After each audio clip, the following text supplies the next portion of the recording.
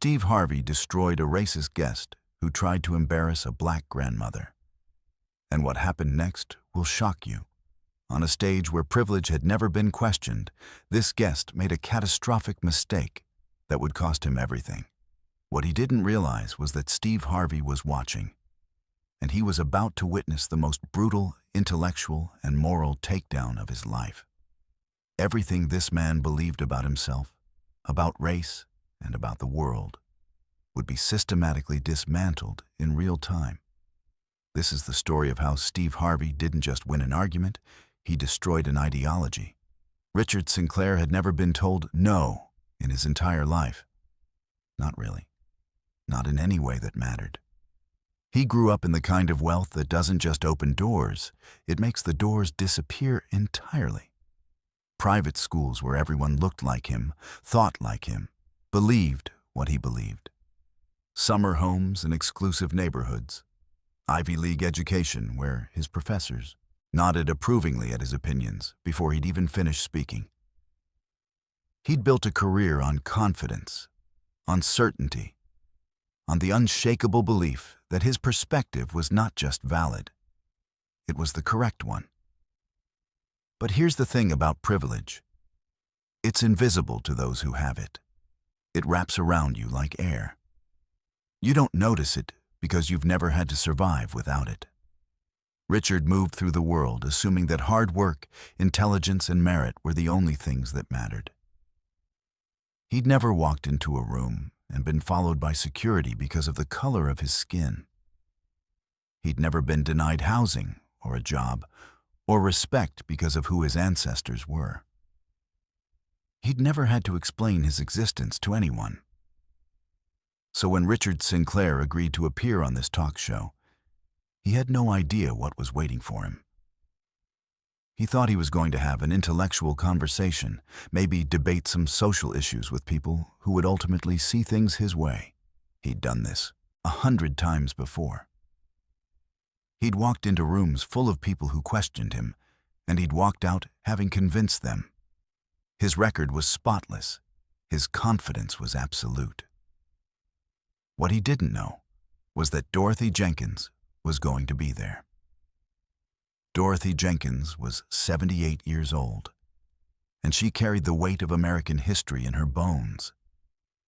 She'd grown up in the Jim Crow South, not as a concept, not as something she'd read about in a textbook, but as the brutal, suffocating reality of every single day of her childhood. She remembered when her school didn't have real desks, just wooden benches. She remembered walking past the colored-only signs and knowing, even as a child, that those signs were a sentence being read out loud. She remembered the fear that lived in her mother's eyes every time a white police officer drove past their house.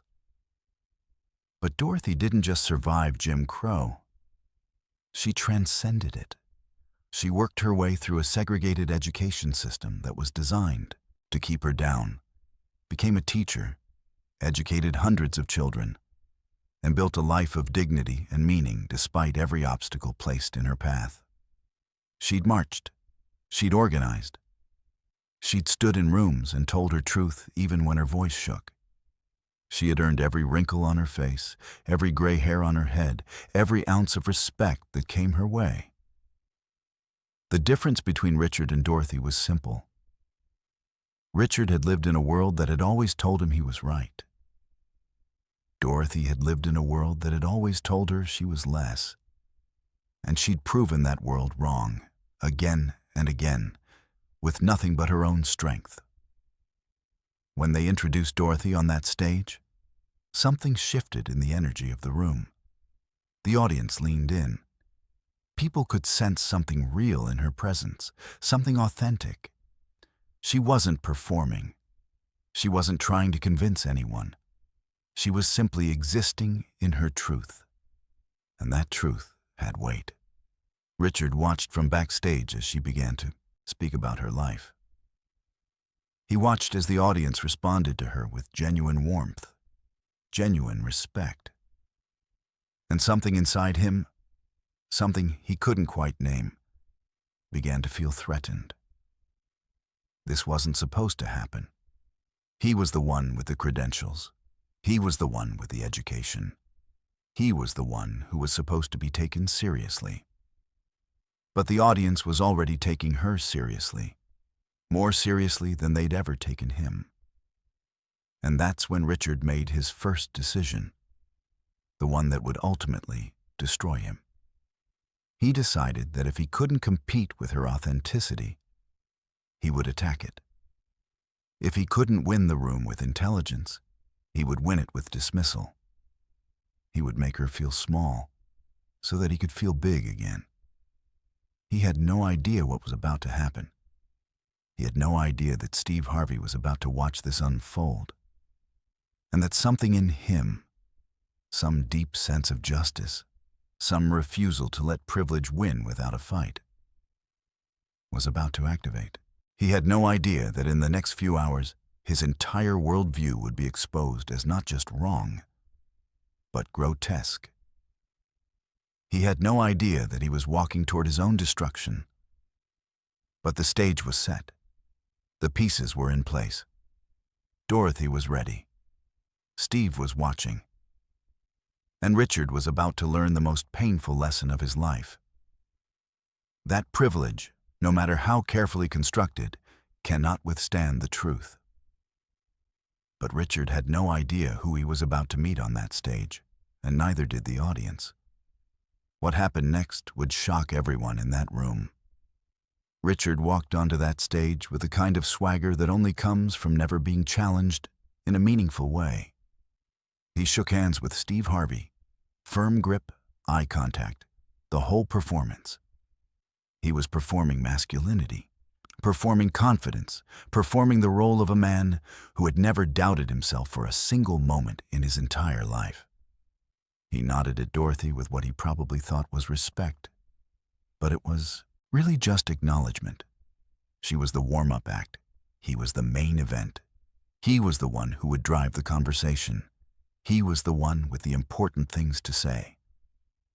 The conversation started innocuously enough.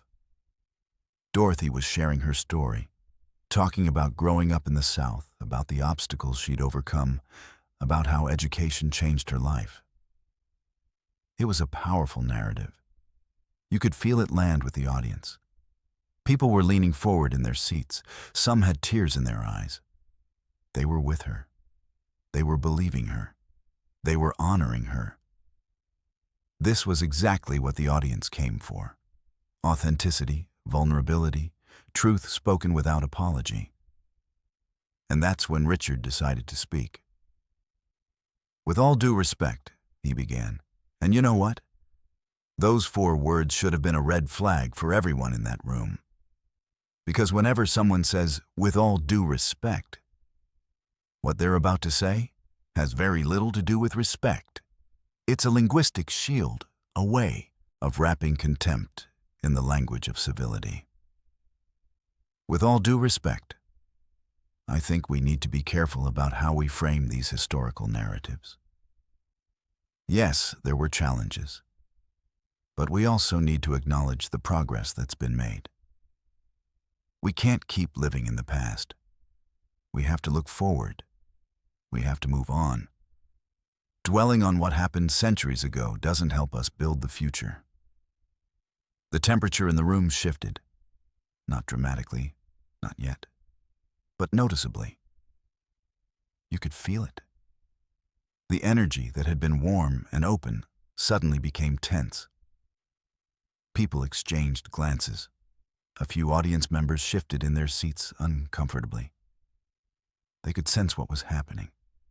They could sense a man about to dismiss the lived experience of a woman who had earned the right to tell her story without apology. Dorothy didn't flinch. She didn't get defensive. She didn't raise her voice or show anger. That would have been the easy trap to fall into, the one Richard was probably hoping for. If she got emotional, he could dismiss her as irrational. If she got angry, he could paint her as bitter.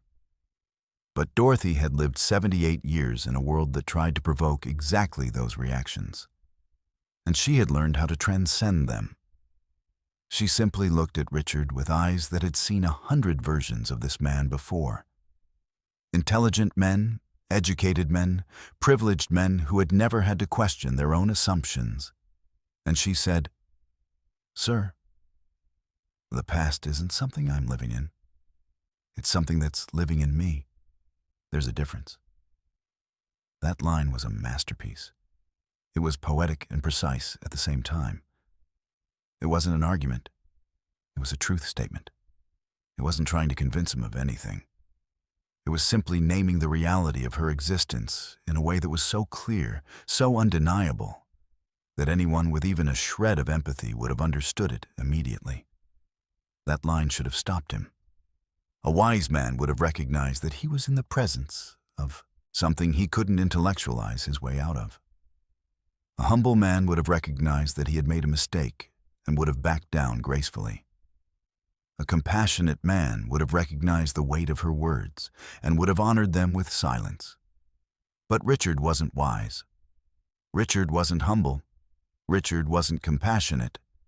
Richard was threatened, and threatened people do dangerous things. But statistically, he continued, pushing forward like a man driving in the wrong direction but refusing to turn around. African Americans today have more opportunities than ever before. Affirmative action has created pathways. Affirmative action, Dorothy interrupted, her voice steady and clear like a bell ringing in the silence. Gave people like me a chance to compete in a system that was designed to keep us out. It didn't give us an advantage. It gave us the possibility of a fair fight. There's a difference between that and what you're describing. The audience was completely silent now. The kind of silence that happens when everyone in a room suddenly understands that they're witnessing something important, something that matters. They weren't just listening, they were witnessing. This wasn't a debate anymore. This was a confrontation between two different versions of America, two different understandings of what this country was and what it could be. One version was built on facts, on lived experience, on generations of struggle and perseverance. The other was built on comfortable lies, on the mythology of meritocracy, on the fantasy that everyone started from the same place, and that success or failure was simply a matter of individual effort. Richard felt it. He felt the ground shifting beneath him. He felt the audience turning against him. He felt his narrative losing its power in real time. And instead of backing down, instead of taking the humble route and admitting that he'd said something insensitive, instead of doing the human thing, which would have been to listen and learn, he did what privileged people do when they're losing an argument. He got condescending. He put on a smile that was meant to be kind, but was really just patronizing. He leaned back in his chair with this dismissive gesture, as if he was dealing with a child who didn't understand how the world worked. "Look," he said, his tone shifting into something that was trying to sound patient, but really just sounded like contempt. "I understand your perspective. I really do. I appreciate what you've been through, and I'm sure it was very difficult. But I think what we're missing here is that playing the victim doesn't help anyone move forward. At some point, we all have to take responsibility for our own success or failure. We can't blame the past forever. We have to make choices, work hard, and build the lives we want. That's what I did. That's what most successful people do." There it was, the ultimate ignorance, the suggestion that centuries of systemic oppression, generations of stolen wealth, institutional racism woven into the fabric of American society, that all of that could be overcome by individual willpower and taking responsibility. The suggestion that Dorothy's struggles were her own fault, or at least her responsibility to overcome alone. The suggestion that if she hadn't succeeded, it would have been because she hadn't tried hard enough, hadn't wanted it badly enough. hadn't been willing to pull herself up by her bootstraps. The suggestion that structural inequality wasn't real, that systemic racism wasn't real, that the playing field was level and always had been. The suggestion that a man who had every advantage in the world could compare his journey to hers and expect them to look the same. Dorothy's expression didn't change. But the audience gasped. Some people literally put their hands over their mouths. Others shook their heads in disbelief. A few people even stood up slightly, as if they might walk out or interrupt. They understood what had just happened. Richard had just made it personal. He'd just suggested that this woman, this grandmother, who had overcome odds that he couldn't even comprehend, who had built a life of dignity and meaning in a system designed to destroy her, was somehow not taking responsibility for herself. He'd just blamed her for the obstacles in her path. He'd just suggested that her pain was of her own making. It was obscene. It was insulting. It was the kind of thing that might have crushed someone less resilient, less sure of their own worth. It was the kind of thing that might have made someone doubt themselves. Wonder if maybe he was right. Wonder if they really had just been playing the victim all along. But Dorothy Jenkins was not that person. Dorothy Jenkins had spent 78 years being underestimated, dismissed, and doubted. She had learned how to trust herself in a way that most people never do. She had learned how to know her own truth so completely that no one else's doubt could touch it. She opened her mouth to respond. She was about to deliver what might have been the most perfect comeback, the most devastating and beautiful articulation of everything that was wrong with Richard's worldview. She was about to speak, and that's when Steve Harvey stood up.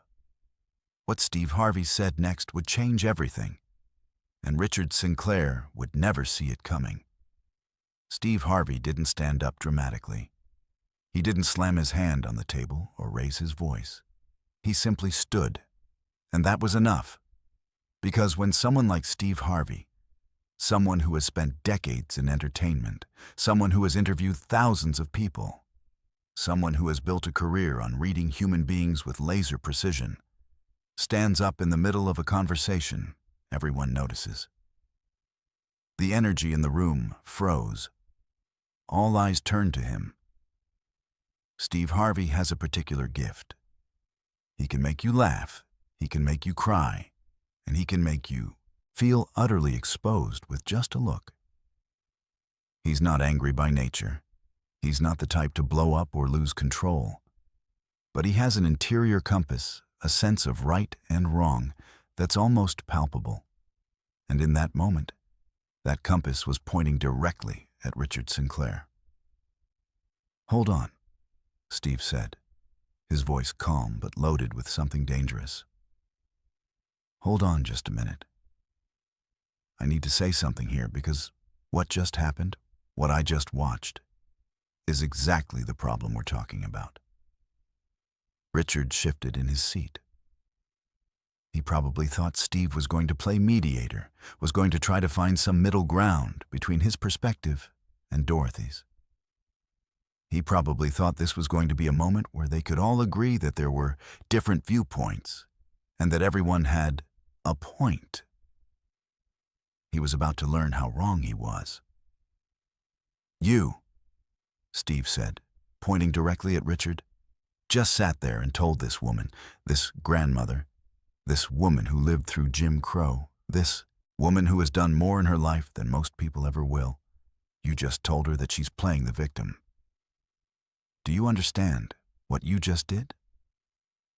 Richard tried to interrupt. "I wasn't saying." "No."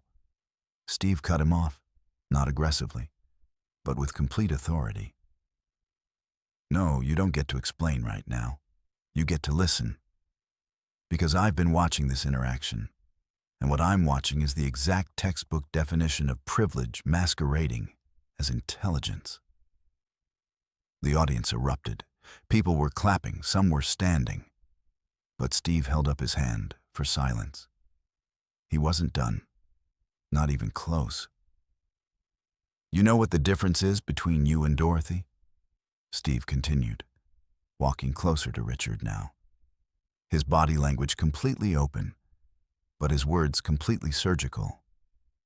You have spent your entire life being told that your perspective is the default. You've spent your entire life assuming that your experience is universal, that because you worked hard and succeeded, everyone else who works hard succeeds too. That because you didn't face certain obstacles, those obstacles don't exist for other people. Richard was trying to look composed, but you could see the cracks forming. You could see him starting to realize that this wasn't going to go the way he thought. But here's the thing, Steve went on, and this is important. So I need you to really hear this. Your success isn't proof that the system is fair. Your success is proof that you benefited from a system that was designed to benefit people like you. Dorothy's success isn't proof that she pulled herself up by her bootstraps. Dorothy's success is proof that she's stronger, more resilient, more determined than most human beings on this planet, because she had to overcome obstacles that you never even had to imagine. Steve paused. He let that sink in. He was giving the audience a moment to feel it, to really absorb what he was saying. When you tell her that she's playing the victim, what you're actually saying is, your pain makes me uncomfortable. What you're actually saying is, I don't want to have to think about the ways that my success is connected to someone else's oppression. What you're actually saying is, your reality doesn't fit into my comfortable narrative, so I'm going to dismiss it. Dorothy was sitting quietly, with this expression of profound calm on her face. She wasn't vindicated in a triumphant way. She was vindicated in a way that suggested she had known this all along, that she had been waiting for someone else to finally say it out loud so that the truth could be undeniable. And the thing that really gets me, Steve continued, his voice getting quieter but somehow more intense, is that you probably don't even see what you're doing. You probably think you're being objective. You probably think you're being rational. You probably think that because you're not using slurs, because you're not being overtly hostile, that what you're saying is acceptable. But what you're doing is more insidious than that. You're using the language of progress to dismiss the reality of suffering. You're using the language of moving forward to silence the voices of people who are still dealing with the consequences of the past. Richard's face was getting red now. He was trying to maintain his composure, but it was slipping. He tried to speak again. I think you're mischaracterizing what I'm not mischaracterizing anything, Steve interrupted, and there was steel in his voice now. I'm characterizing exactly what happened. You came out here, you heard this woman's story, and instead of being moved by it, instead of being humbled by it, instead of recognizing the strength in it, you immediately went into defense mode. You immediately started qualifying her experience. You immediately started suggesting that maybe she was exaggerating, maybe she was holding on to the past too much, maybe she wasn't being realistic about how good things are now. Steve looked at Richard for a long moment, really looked at him, and you could see Richard shrinking under that gaze. Do you know what that is? Steve asked. That's privilege on display. That's what it looks like when someone has been so insulated from discomfort, so protected from having their worldview challenged, that they don't even recognize when they're being cruel. They think they're just being logical. The room was completely still now. Even the audience had stopped clapping.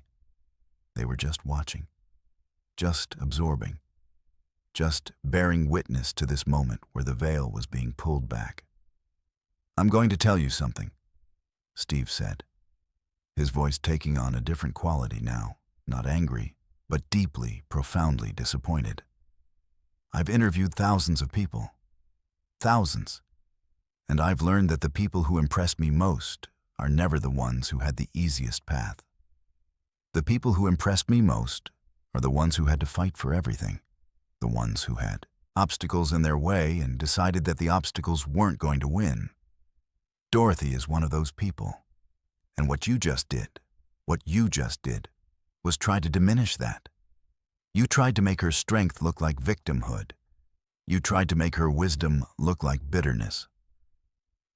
Steve walked back to his seat. He sat down slowly, deliberately, as if he was settling in for a longer conversation. So, here's what I want to know, Richard. I want to know if you have any idea what you just did. I want to know if you can see it. Because if you can't see it, then we have a much bigger problem than just you being insensitive on a talk show. We have a problem where you're probably going through life making people feel small without even realizing it. Richard tried to respond, but his voice came out thin and uncertain. I was just trying to present another perspective. No. Steve cut him off again, and this time there was absolute finality in his voice. No, you weren't. You were trying to protect yourself. You were trying to make sure that your worldview stayed intact, that you didn't have to question anything about yourself or your success. And you were willing to make someone else feel small in order to do it. That's not presenting another perspective. That's just being selfish. The silence that followed was deafening. Richard sat there, his face a mask of conflicting emotions: anger, shame, confusion, defensiveness. He was trying to figure out how to come back from this, how to regain control of the narrative. But the narrative had already shifted. Steve Harvey had taken it from his hands, and now the entire room understood what had happened in that exchange between Richard and Dorothy. It wasn't a debate. It was a confrontation between privilege and reality. And privilege had just been exposed for what it was. But Steve Harvey wasn't finished yet. What came next would be the moment that broke Richard Sinclair completely, the moment when he wouldn't just be challenged, but utterly dismantled. Steve Harvey settled back into his chair, but his energy hadn't diminished. If anything, it had intensified. He was no longer in a conversation with Richard Sinclair. He was conducting a masterclass in accountability, and the entire audience was his student body. You know what I want to do right now? Steve asked, not really looking for an answer. I want to go back to something you said.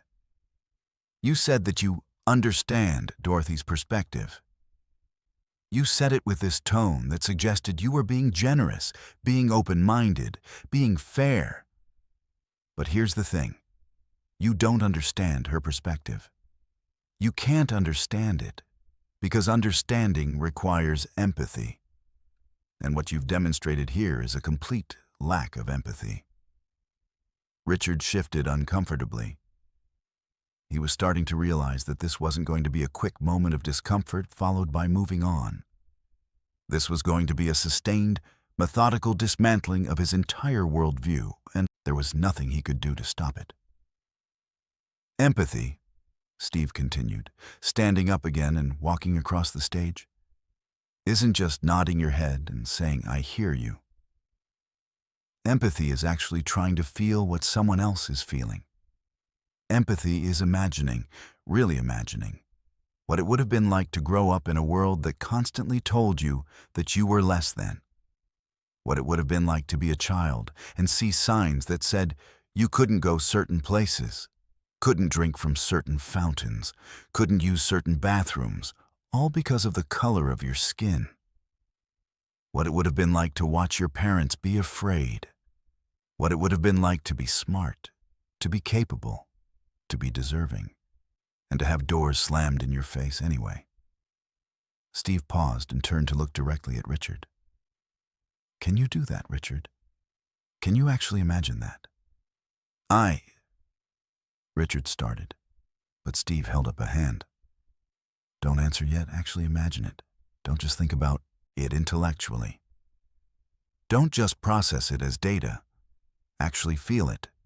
Feel what it would be like to be 7 years old and understand, for the first time, that your country doesn't want you. That there are rules designed specifically to keep you down. That no matter how hard you work, no matter how smart you are, there will always be someone ready to tell you that you're not enough. The audience was completely silent. Some people had tears streaming down their faces. They were imagining it. They were actually doing what Steve was asking Richard to do. Now, Steve went on, imagine living with that for 78 years. Imagine watching it happen to your children. Imagine watching it happen to your grandchildren. Imagine fighting against it every single day of your life. Imagine succeeding despite it.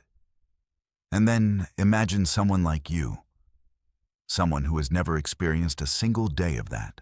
Someone who has been told their entire life that they are capable and deserving. Then imagine that person telling you that you're playing the victim. Steve's voice had gotten louder now, not in anger, but in the sheer force of the truth he was speaking. That's not just insensitive, Richard. That's not just rude. That's a kind of cruelty that comes from a place of profound ignorance. It's the cruelty of someone who doesn't even realize they're being cruel. Richard was visibly shaken now. His composure had completely crumbled. You could see him trying to construct some kind of defense, some kind of argument. But he was coming up empty. Because Steve wasn't giving him room to hide behind abstraction or statistics or philosophy. Steve was forcing him to confront the actual human impact of what he'd said. "I want to tell you something else," Steve said, his voice shifting into something more measured but somehow even more devastating. "I want to tell you about the cost of what you just did. Because it's not just about hurt feelings. It's about reinforcement. Every time someone like you tells someone like Dorothy to stop talking about her experience, to stop dwelling in the past, to stop playing the victim, every single time that happens, you're sending a message. You're saying, your pain doesn't matter. Your story doesn't matter. Your lived reality doesn't matter as much as my comfort with not having to think about it." Dorothy was watching Steve with an expression of deep gratitude. Not the gratitude of someone who needed to be rescued, but the gratitude of someone who was watching their truth finally be articulated by someone with a platform large enough to make it impossible to ignore. "And here's the thing that really gets me," Steve continued, walking back toward Richard now, his eyes locked on him, "is that you probably think you're one of the good ones. You probably think you're progressive. You probably vote the right way. You probably say the right things at dinner parties. You probably donate to the right causes. But what you're demonstrating right now is that none of that matters if you're not actually listening to people. None of that matters if you're not actually willing to examine your own assumptions. None of that matters if you're still, at your core, unable to see people who don't look like you as fully human, as fully deserving of being heard without qualification." Richard tried one more time to interject. "You're being unfair." "Am I?" Steve asked, his voice sharp as a knife. "Am I being unfair?" "Let's look at what happened." Dorothy told her story. She spoke about real obstacles, real discrimination, real pain. And your response was to immediately minimize it, to contextualize it, to suggest that maybe things aren't as bad as she's saying they are. That's not a different perspective, Richard. That's gaslighting. That's telling someone that their own lived experience isn't real. The word hung in the air.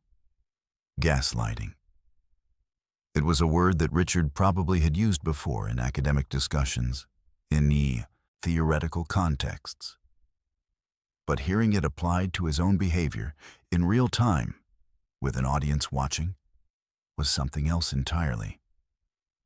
When you tell someone who lived through Jim Crow that they need to stop dwelling on the past, "You're not being progressive," Steve said, his voice getting quieter but more intense. "You're not being rational. You're being cruel. You're asking someone to forget their own trauma so that you don't have to feel uncomfortable about it." Steve paused. He looked at Richard for a long moment, and in that moment, there was something almost like pity in his expression.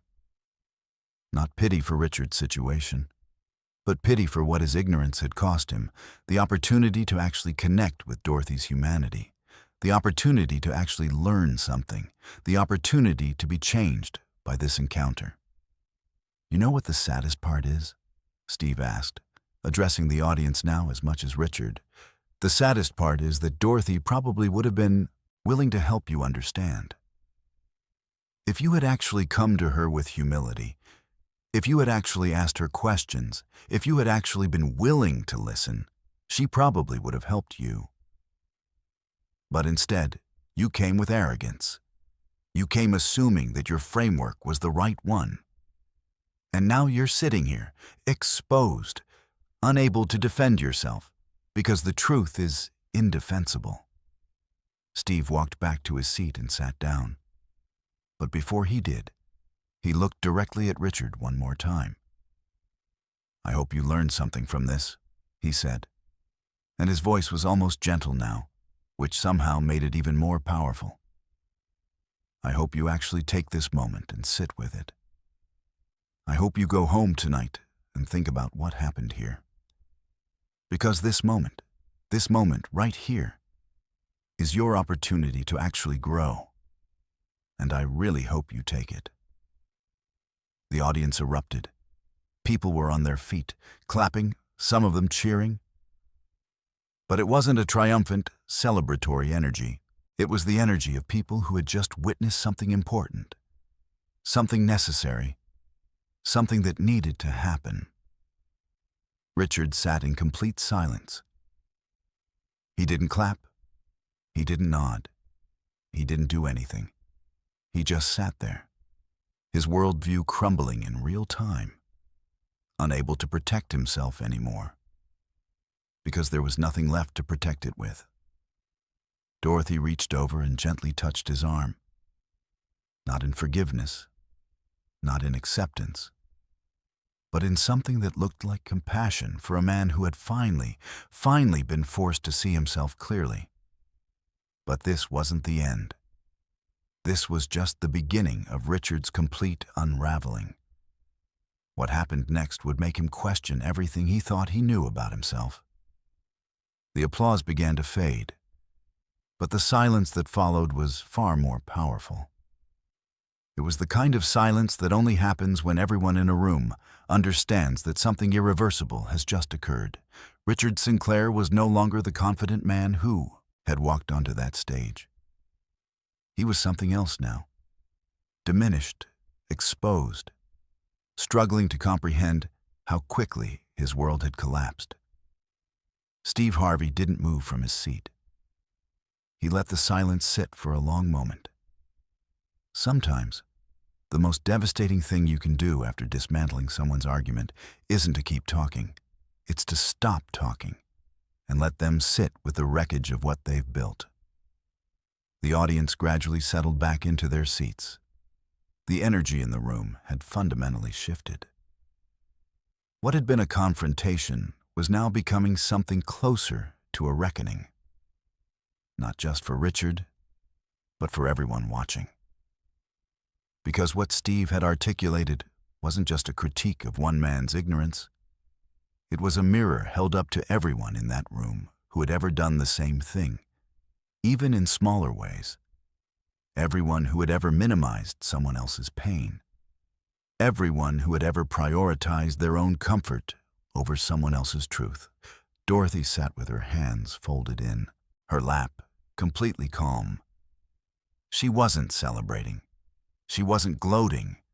She was simply present, fully present, in a way that made the contrast with Richard's internal collapse even more stark. This was a woman who had been fighting her entire life. This was a woman who had confronted injustice not on a stage with cameras, but in the actual fabric of her daily existence. And now she was watching a man confront something he'd never had to confront before: his own complicity in a system of oppression. Richard's mouth opened a few times, as if he was trying to form words. But nothing came out. His hands were trembling slightly. You could see the wheels turning behind his eyes. He was trying to construct some kind of defense, some kind of way back to solid ground. But there was no solid ground anymore. The foundation he'd been standing on his entire life had been exposed as quicksand. Steve turned to face him directly now. His expression had shifted from confrontational to something more clinical, more observational. He was studying Richard the way a scientist might study a specimen, trying to understand how his mind worked, how he had managed to build such elaborate justifications for his own ignorance. "I want to ask you something," Steve said, his voice calm and measured. "And I want you to actually think about it before you answer. I want you to think about what Dorothy said.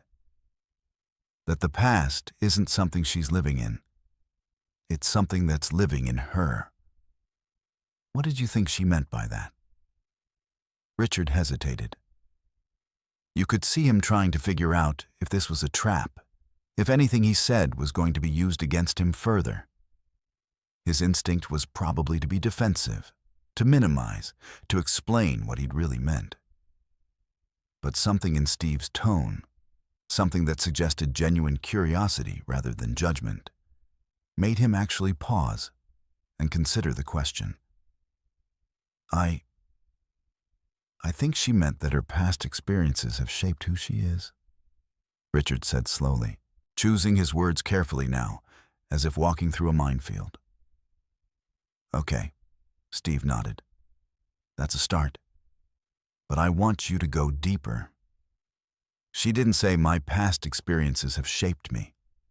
She said the past is living in her. What do you think that means? What's the difference?" Richard was quiet for a long time. You could see him actually wrestling with the question now, not as a way to defend himself, but as a genuine attempt to understand. "I think," Richard said quietly, "she means that it's not something she can separate from herself. It's not just history, it's integrated into who she is, how she sees the world, how she moves through the world." "Exactly," Steve said. There was no triumph in his voice, just acknowledgement. "She's not talking about dwelling on the past. She's not talking about being stuck. She's talking about something that is alive in her, something that continues to affect her in the present moment. And when you told her to stop living in the past, what you were really saying was, stop letting your trauma affect you. Do you understand how that sounds?" Richard nodded slowly, and you could see something shifting in his expression. It wasn't acceptance yet. It wasn't transformation. But it was the beginning of something. The beginning of actually seeing what he'd done. That's like telling someone who's been burned by fire that they should stop talking about how fire is hot. Steve continued. It's like telling someone who's been bitten by a snake to stop being afraid of snakes. You're asking them to override their own survival instincts, their own protective mechanisms, because their reality makes you uncomfortable. Dorothy had closed her eyes. She wasn't hiding from what was happening. She was centering herself, gathering her energy. This was exhausting work. The work of watching someone finally understand something you'd been trying to explain your entire life. It was validating, but it was also draining. I want you to understand something else, Steve said. And now his voice had taken on a different quality. More urgent, more insistent. When you dismiss someone's experience of racism, when you tell them they're playing the victim, when you suggest that they should just move on, you're not being progressive. You're not being objective. You're participating in a second act of violence. You're taking the original trauma and compounding it by suggesting that even talking about it is somehow wrong. Richard's face had gone pale. You could see him actually absorbing this, actually understanding the weight of what he'd done. This is what we call tone policing, Steve continued. This is what we call dismissing someone's lived experience because it makes us uncomfortable. And it happens all the time, Richard. It happens in workplaces. It happens in families. It happens in classrooms. It happens on stages like this one. And every single time it happens, it sends a message. Your pain is not as important as my comfort. Your truth is not as valid as my narrative. The audience was completely riveted now. Even the people who had been clapping and cheering just moments before had gone quiet, because they were recognizing themselves in Richard's behavior. They were recognizing moments in their own lives where they had done something similar, even if it was smaller, even if it was unintentional. So here's what I want you to do, Steve said, leaning forward now, his elbows on his knees. I want you to sit with that discomfort you're feeling right now. I want you to actually feel it. Because that discomfort, that's what growth feels like. That's what it feels like to have your worldview challenged. That's what it feels like to realize that you've been wrong about something fundamental. Richard nodded, still unable to speak. The silence stretched out, and in that silence was the sound of someone being fundamentally changed by the force of truth. And I want you to know, Stevie continued, that Dorothy doesn't owe you forgiveness. She doesn't owe you understanding. She doesn't owe you anything. You came onto this stage, you heard her story, and instead of honoring it, instead of respecting it, you tried to diminish it. That's on you. That's something you're going to have to sit with. But the most devastating moment was still coming. Because Dorothy Jenkins, this grandmother who had been dismissed and minimized, was about to speak. And what she said would change everything. The room had reached a point of complete stillness. Not the kind of stillness that comes from exhaustion, but the kind that comes from anticipation. Everyone knew that Dorothy was about to speak. Everyone could feel it. And everyone understood that what she was about to say would be the final word in this confrontation, the punctuation mark that would end this conversation in a way that couldn't be disputed or qualified or minimized. Steve Harvey turned to Dorothy and gave her a subtle nod. He had said what needed to be said. Now it was time for her to reclaim her space, to speak her truth without mediation, without explanation, without apology. Dorothy took a breath. It wasn't a theatrical breath, designed for effect. It was a real breath, the kind a person takes when they're about to say something that matters deeply to them. She had spent 78 years preparing for this moment. Not this specific moment, but moments like this. Moments where she would have to choose whether to speak her truth or protect someone else's comfort. She chose to speak. You know what hurts the most? Dorothy said, her voice soft, but carrying to every corner of that theater. It's not what happened to me in the past. I've made peace with that. I've learned from that. I've used that to build a life of meaning and purpose. What hurts is that we're still having this conversation, that we're still in a place where a woman has to sit on a stage and explain why her pain is real.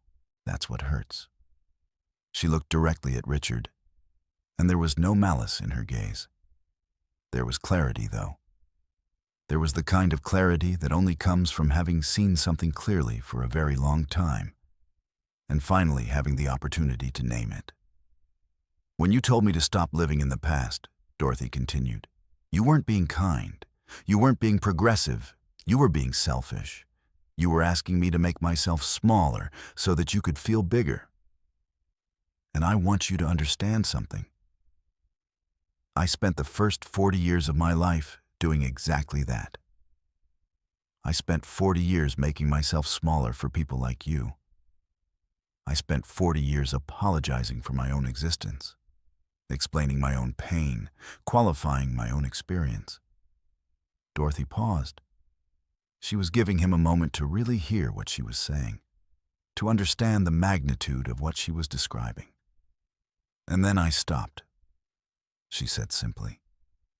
I stopped making myself smaller. I stopped apologizing. I stopped trying to help people who didn't want to be helped understand. And you know what happened? My life got better. Not because the world changed. The world is still deeply unjust. But because I stopped waiting for permission to exist fully.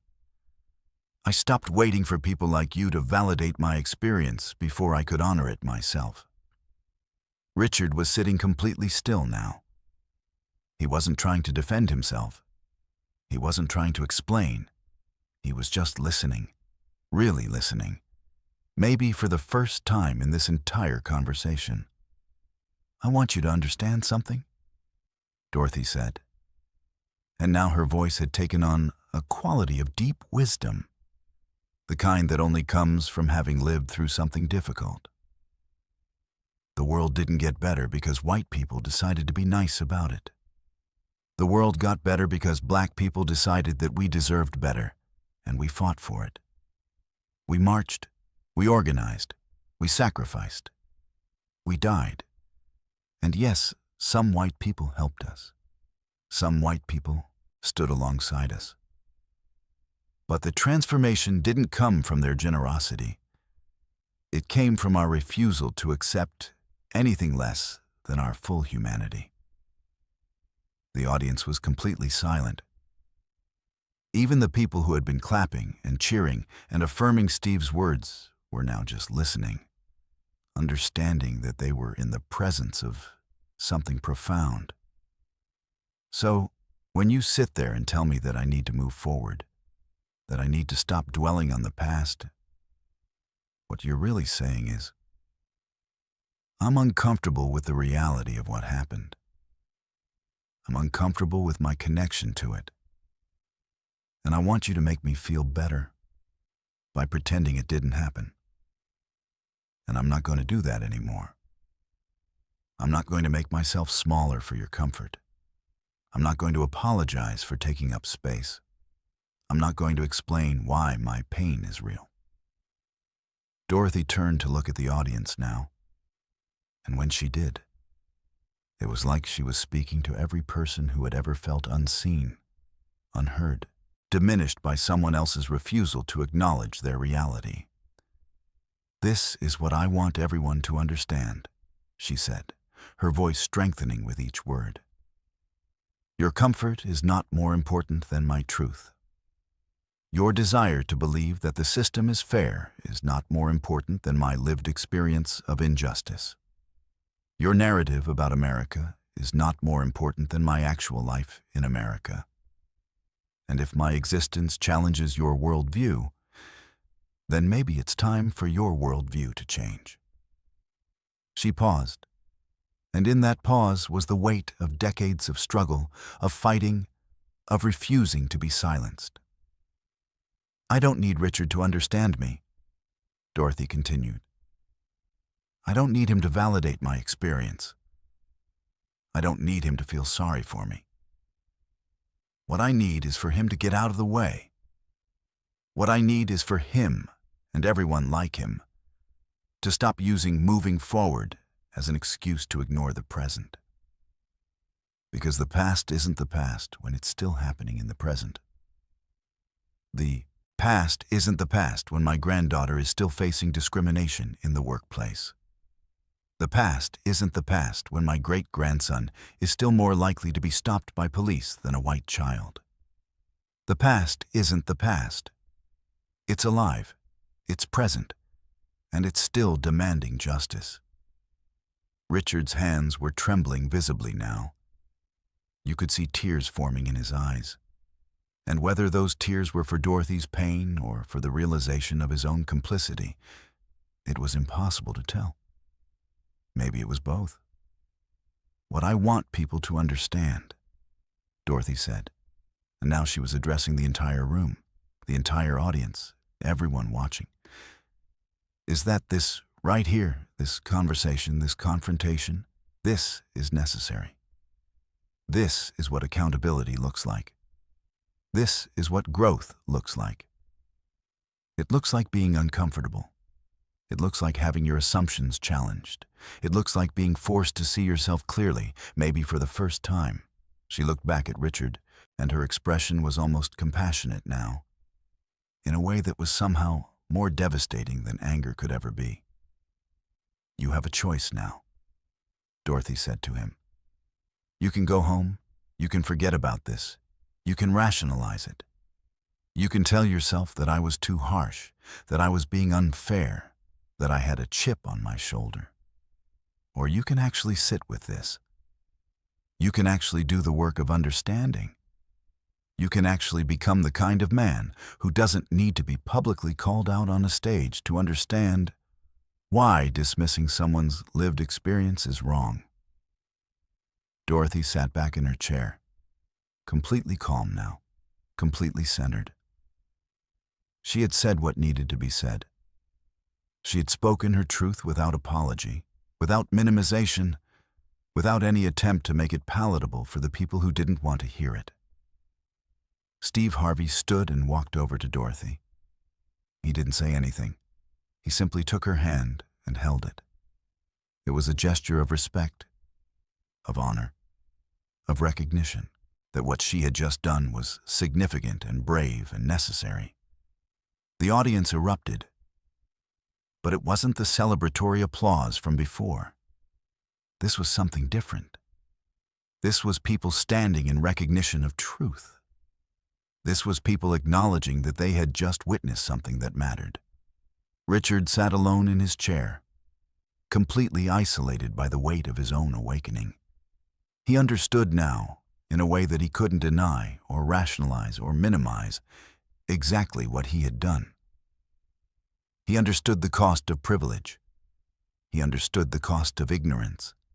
He understood the cost of refusing to listen. And in that understanding was the possibility of transformation.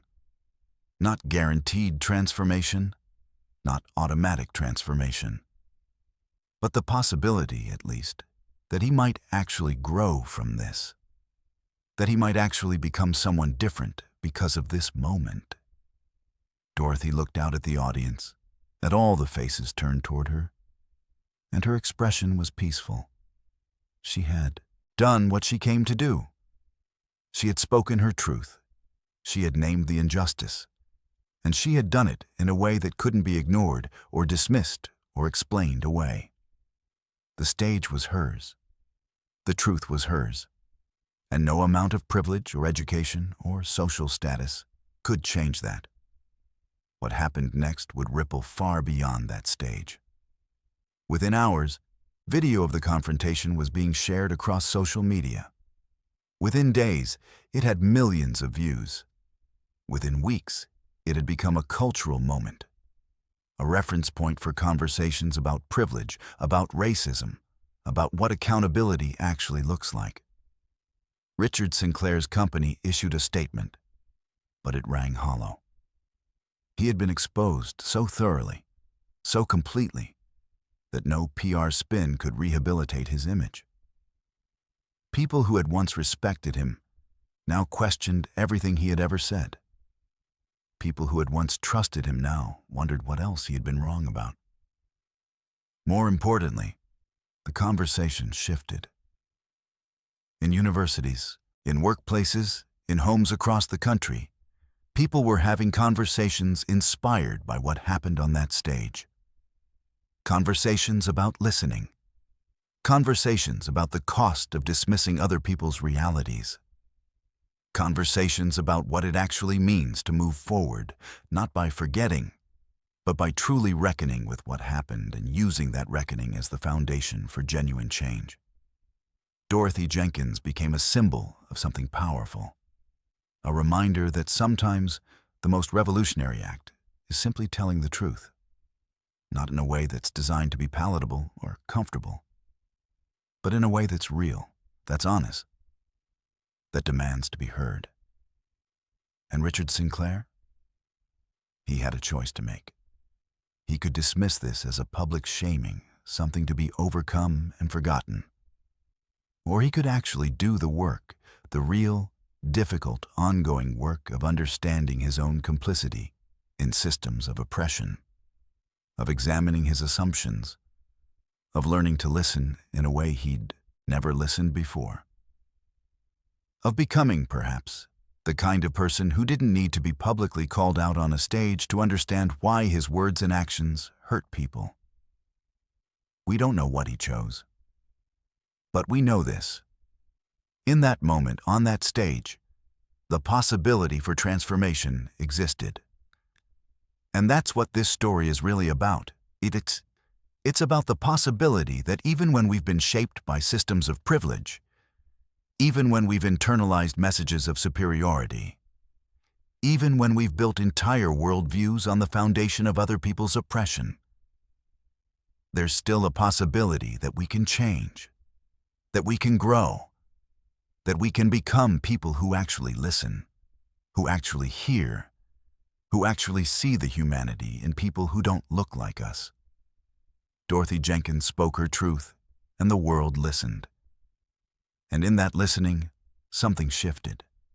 Not everything changed. The systems of injustice are still in place. The work is still far from over. But in that moment, on that stage, one man was forced to see himself clearly. And that seeing, that reckoning, that moment of accountability, that matters. That will always matter.